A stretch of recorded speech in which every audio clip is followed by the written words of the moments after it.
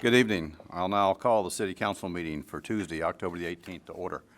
Roll call. Councilmember Abady? Here. Berg? Here. Gallops? Here.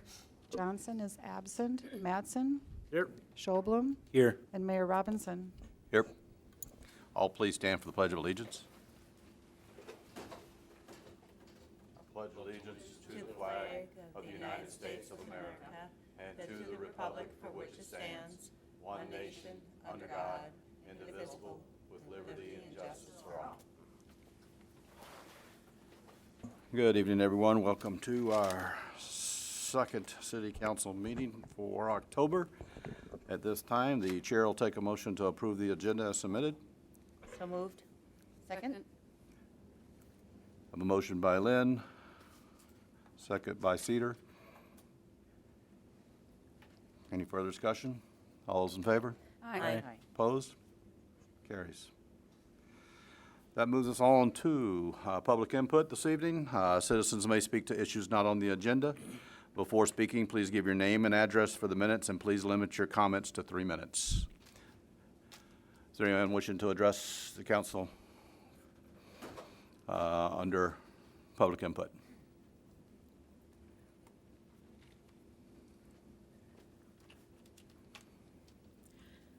Good evening. Nancy Hovel with the Cannon Valley Fair. I'm back. Just wanted to, again, reinforce how valuable we are to the city of Cannon Falls. And I would like to introduce Greg Kurtz. He'd like to talk a little bit more about his passion for the fair, okay? Yeah. I think a lot of you maybe know who I am for one reason or another, but I've been with the fair now for 2.5 years. And I've been to the fair for, I guess, 56 consecutive years. So I've watched it grow. In the last 2 years, we've did a lot of things which we've seen our attendance has went up and up and up, which I'm hoping benefits the city. Be it somebody from out of town just looking at our city as far as maybe we'd like to move to this smaller town. Stuff that we've had going on over there, the winery uses our property for their big festival down there. Without us, I don't know what they would do. They would have to bus people in from the school or whatever, so we're helping them out. This year we had 3 harness races. I'm a city boy, so I'm not big into the harness racing, but if you ever went and watched it, you could sit there, listen to that clippity-clop, and just fall asleep like this. I mean, but it's amazing to watch them horses. They're so in unison the way they run, you know. For the last 2 years, I've been kind of a big headed after more things going on there. We used to have a fall demo derby, which has kind of got its ups and downs now, but there's other things that could be done out there that we would like to bring more people into the community. I know you guys have been good to us throughout the years, and I would like to see that again, or maybe just a little bump if possible. Thank you for your time. And of course, we put on that wonderful, the Cannon Valley Fair puts on, the parade. It's awesome, isn't it, Lynn? Yep. And what about the fireworks display? Now, that alone, as I said when I was here before the fair, you know, is $10,000. So a lot of people come to watch this stuff, and we want to keep promoting Cannon Falls. And if I have to, I'm going to say it. I think we're doing a great job of it because we got them coming from all over. So to just go with Greg, And you know, anything. one other thing, and this has amazed me for years because I was the one going to the fair going, "Well, why didn't they do this? Why didn't they do that?" And every one of you knows what I'm talking about when I come in complaining about my water bill. Greg just doesn't understand. And you know, a lot of the public doesn't understand till you get behind the scenes of how to run the city, of how to put on this fair. And I was blown away to the fact that, well, that's why we couldn't have free this or free that, because somebody's got to pay for it. Right. And I mean, I really enjoyed it, you know, maybe a little too much. I seem to talk about it at supper time all the time, but I hope we can keep a good relation with the city, and if for some reason there's a little spillage over there, we'd appreciate that too. Thank you. Thanks for Thank coming you. in. Thanks for all you do. Any and, questions for us, or, you we'll- know? No, We'll look good at it job. as we're doing the budget. We can't promise anything, but we'll keep it in mind. All right. Thank you. Thank you. Thanks. Is there anybody else wishing to address the council this evening under public input? Seeing as there is no one else, we will move on to item 6 this evening, which is a public hearing for Resolution 2222, vacating the easement in Block 2 of the original plat. And I'll turn it over to Mr. Maroney. Thank you, Ron. We are all becoming very familiar with this piece of property that Leroy McCusker has been working on.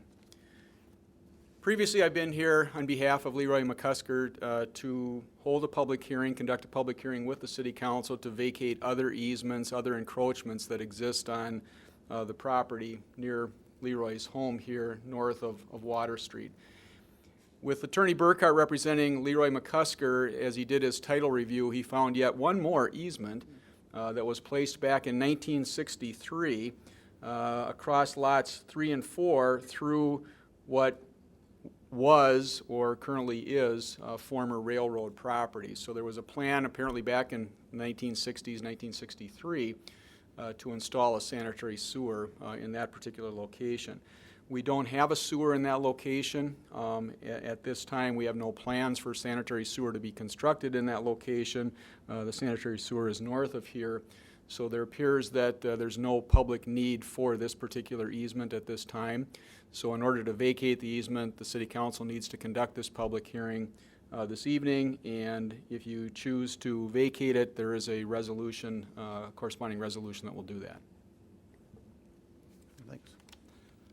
All right, any questions for Dave before we open the hearing? If not, at this time, we will open the public hearing for Resolution 2222, and vacating the easement in Block 2 of the original plat.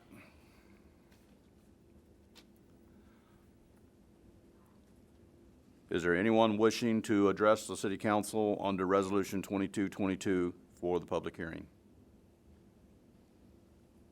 Is there anyone wishing to address the council under the public hearing? Is there anyone wishing to address the council under the public hearing? If not, at this time, we will close the public hearing, and Chair will take a motion to approve Resolution 2222, vacating the easement in Block 2 of the original plat. So moved. Have a motion by Morris, second by Kathy. Any further discussion? All those in favor? Aye. Opposed? Approved. Say especially thank you on behalf of Leroy McCusker. All right. And folks, I'm not texting or anything. My iPad's not working completely, so I'm using my phone to bring up some of the information if I have to. All right, that moves us on to item 7, the consent agenda. Items on this area of the agenda may be adopted, or they may be removed and placed on the business area of the agenda for discussion purposes before approving. For the folks at home, I will read the consent agenda. Item A is adjusting correct claims for the accounting period ending October the 13th, 2016. Item B are the meeting minutes for the October the 4th, 2016 City Council meeting. Item C is Resolution 2223, hearing on proposed assessments for nuisance abatement. Item D is Resolution 2224, declaring cost to be assessed, declaring proposed assessment, and setting public hearing on proposed assessment. Item E is set budget workshop meeting. Item F, update on general obligation refunding bonds. Item G, Resolution 2225, authorizing preparation of TIF plan for Banks Outdoors. And item H, Resolution 2226, authorizing preparation of encroachment agreement for Tillian Brewing. Are there any items anybody wishes to bring down? I do. I would like to bring down H. H? Okay, that will become item 8B. Any other items? If not, the chair will take a motion to approve the consent agenda with item H being moved to council business to 8B. So moved. Second, I have a motion by Jay. Who was the second? me. Second by Lynn. Any further discussion? All those in favor? Aye. Aye. Opposed? Carries. That moves us on to council business this evening. Item A is the LES 2017 wage reopener. Hey, Mr. Johnson. Thank you, Mayor, City Council. As is noted in your packet, we did receive a proposal from the Law Enforcement Labor Services Bargaining Unit, and for backing up the two labor agreements that we have call for wage reopeners only for 2017. They can't negotiate anything else. So that would be the IUOE, or the 49ers, and then the LELS. We have not seen a proposal yet from the IUOE. We're still working with them. However, the LELS, through their business agent, has agreed to a 2% cost of living adjustment for their bargaining unit employees. So we have, with this agreement, if it's so approved by council, we would still have non-union wages to address or not address, and same way with the 49ers.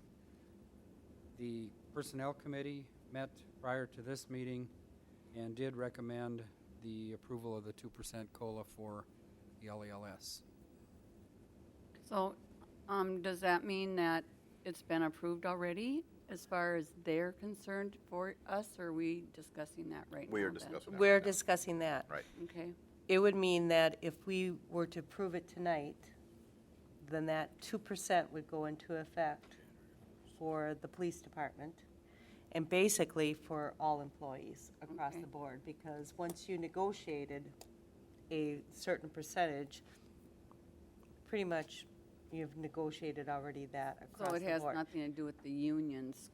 Right, and what the positive part of it is that with the LES, or LELS, is that they choose to not do any further negotiations, so that they've already locked in what we're doing. So they can't come back and say, well, I want more money for this and this and this, or differential pay for this, this. I mean, you've already locked it in. That's the positive side. The negative side is that, yes, you've already pretty much set your rule that you're going to give everybody in city government 2%. You haven't agreed to it. You've set the tone, though. You've set the You tone. have not, there's no official Right. Right. resolution that would. So, I mean, that would be the negative, the Yeah. positive, negative. But I think the positive outweighs the negative in this, and it does fall in line what is out there in that 1.5 to 2.5% of what's happening out there in the industry, not necessarily in the corporate end of it. Right. Not necessarily in the government end of it, but in the government, it also falls into those Yeah, categories. what I'm concerned about is, okay, we've got the 2%, and yet the cost of living for many people in Cannon Falls is not that. Correct. Right. And, And Social Security is not that. I mean, there's there's all of that, but we are also behind in what we offer wage-wise to a number of our employees because of our location being Goodhue County versus Dakota County, because we're so close to the metro area. Kind of creeps us up to where hopefully we can be more competitive to garner more employees when we need them. Yeah, I mean, that, you know, it's a give and take. exactly. I mean, and then the other side of the bad side of it is if we don't approve this, we go, when we said we were gonna go at 1.5, they can always take us to arbitration, which costs us more money. Then it can come out to being 2.5 or 3% if the arbitrator so desired. So, I mean, by going this route, this is. Yeah, it's a juggle, and it is a calling one's bluff, per se. I mean, you know, it is, you know, where do we want to kind of finalize things and, you know, so. But this way it locks it up for the 2017 Yeah. with negotiations with them. Sort of scary. Okay, any other discussion? Some departments might have to give up other things to meet this goal, but. Yeah. it's- Yeah, But I do think in retrospect that it is a comparable increase in today's world of what we're looking at for increases. I mean, as I said, I know that you know, you brought it up tonight, that Social Security is not there, so you're fighting that. But in the same token, in the business world, we're right in the middle of where everybody is at. yeah, I don't mind that. It's just, my thought is that we have so many seniors living in Cannon Falls, and our tax. And that's the yeah. frustration part of it. I That's mean, the it is, frustration part, yeah. our demographics are higher in the senior level than we would like it to be. Yeah. Any further discussion? If not, the chair will take a motion to approve the Personnel Committee's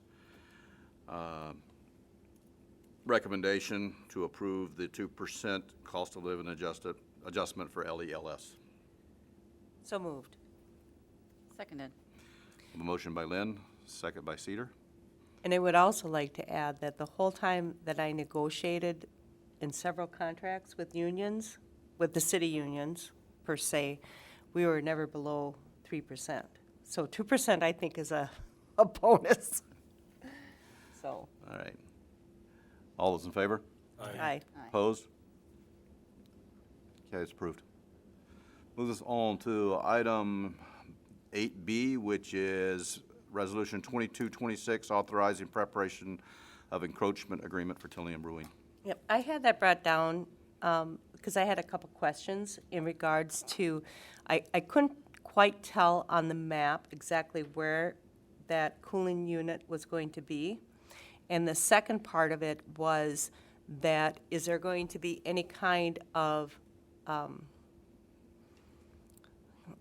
can't think of the word, the screening around it for protection of vandalism, for one thing, because it'd be out in the open, and just for sight part of it. So I didn't see that in anything that I read, so.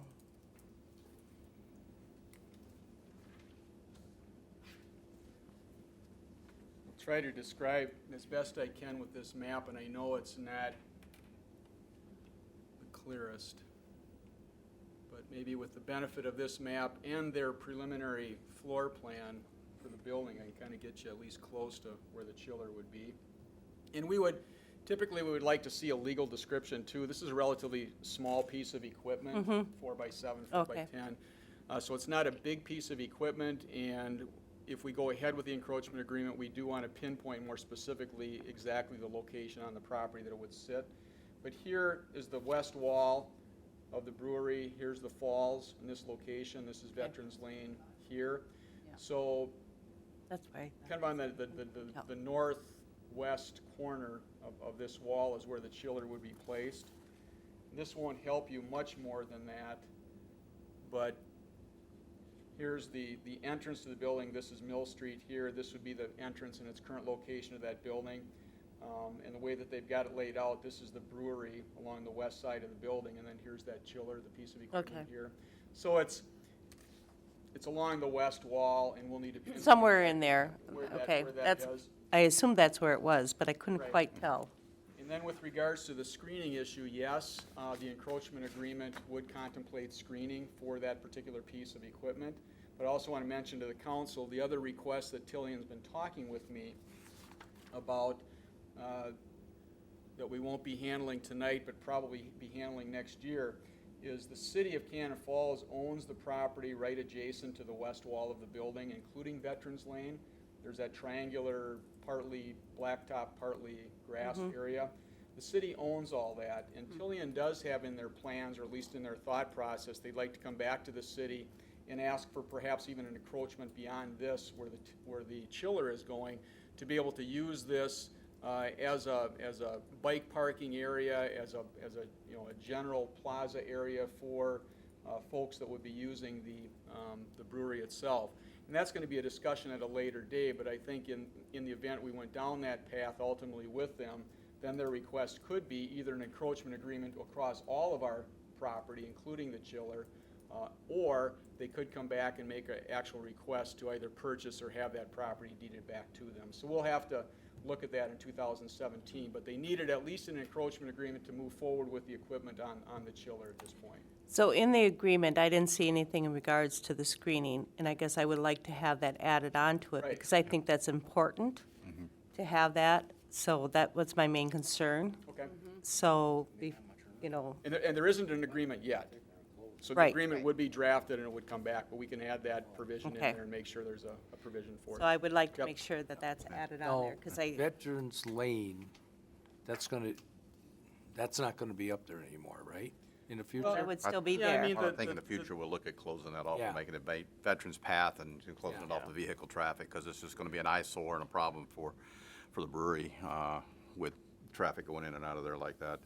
I mean, if we made it Veterans Path, that where people could ride their bikes and walk up and down it, I think it would be a lot better off. It's dangerous there coming out. Yeah, the plan or the discussion has actually been that to close that off to vehicular use, but limit it just to pedestrian and bikeway. Okay. All the way back up through the VFW Legion and back to So Fort. with approving tonight, what is that? We would move forward with the city attorney and with Tillion to actually Of- draft the agreement Okay. itself. I Yep, just you're not wanted to appro- make yep, sure yep, that that's what we yep. were doing. We would Okay, move forward to create that document. okay. Which would then be subject to additional review. Yes. Yep. Right. Yep.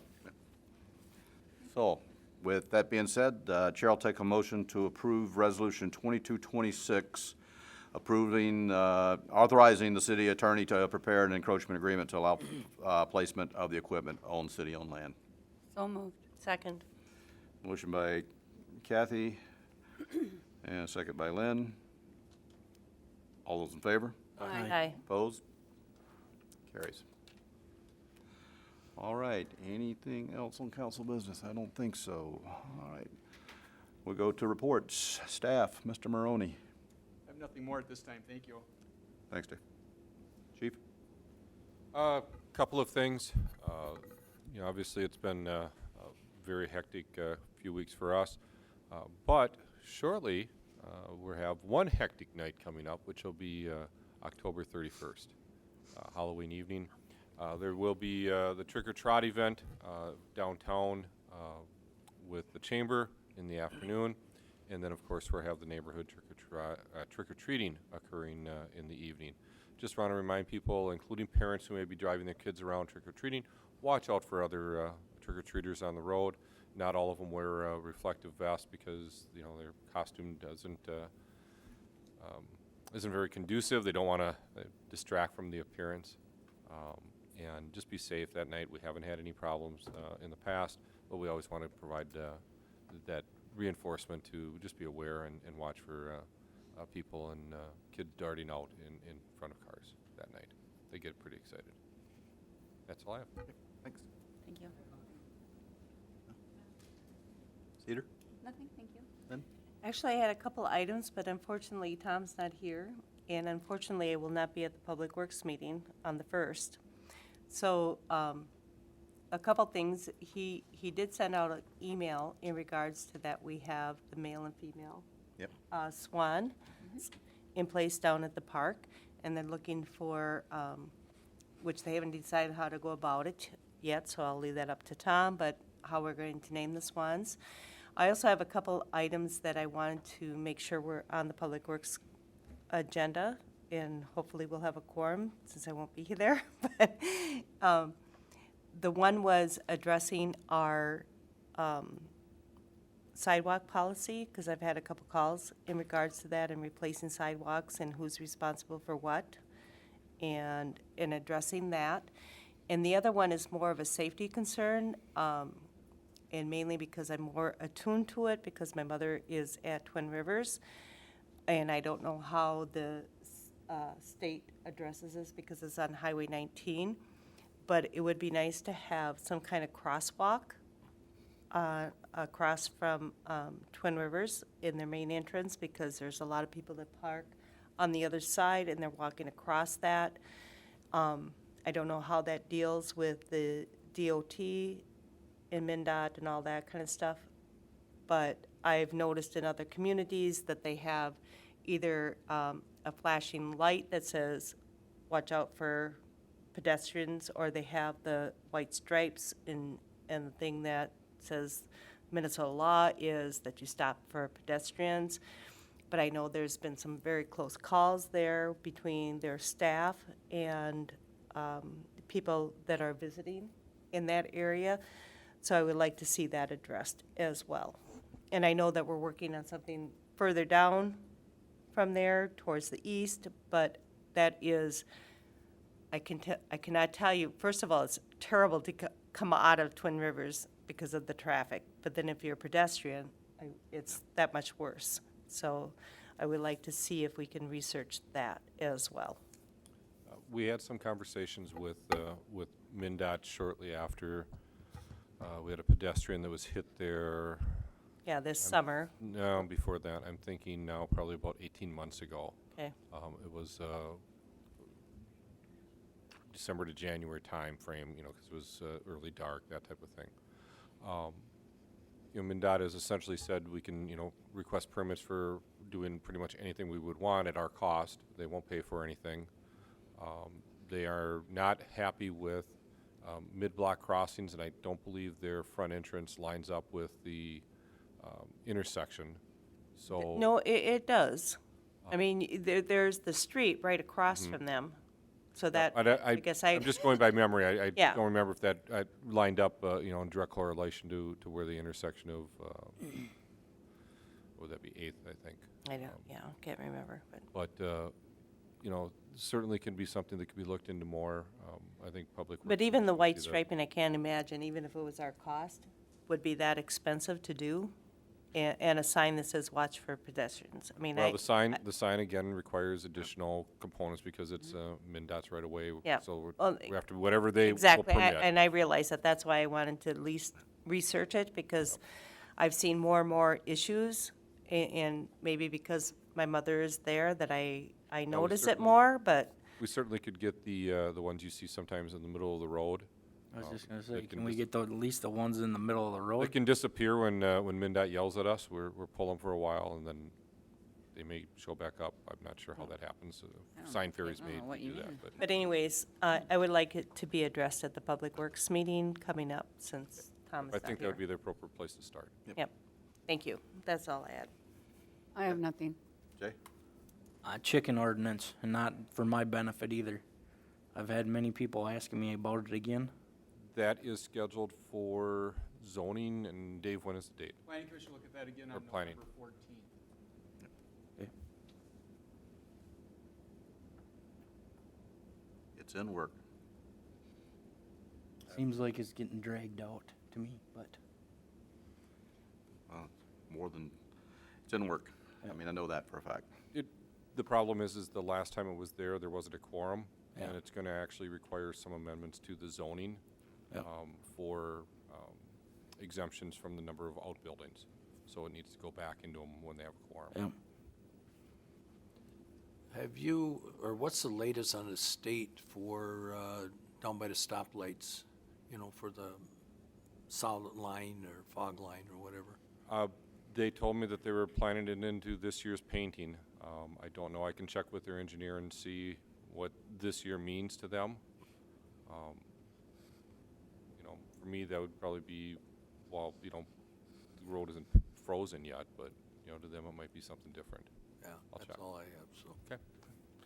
I have nothing this evening, unless anybody else has anything else. Lynn, you got one more I have chance. one more, Okay, one more just because you're question, not gonna be sorry. Where are we at with the cable issue?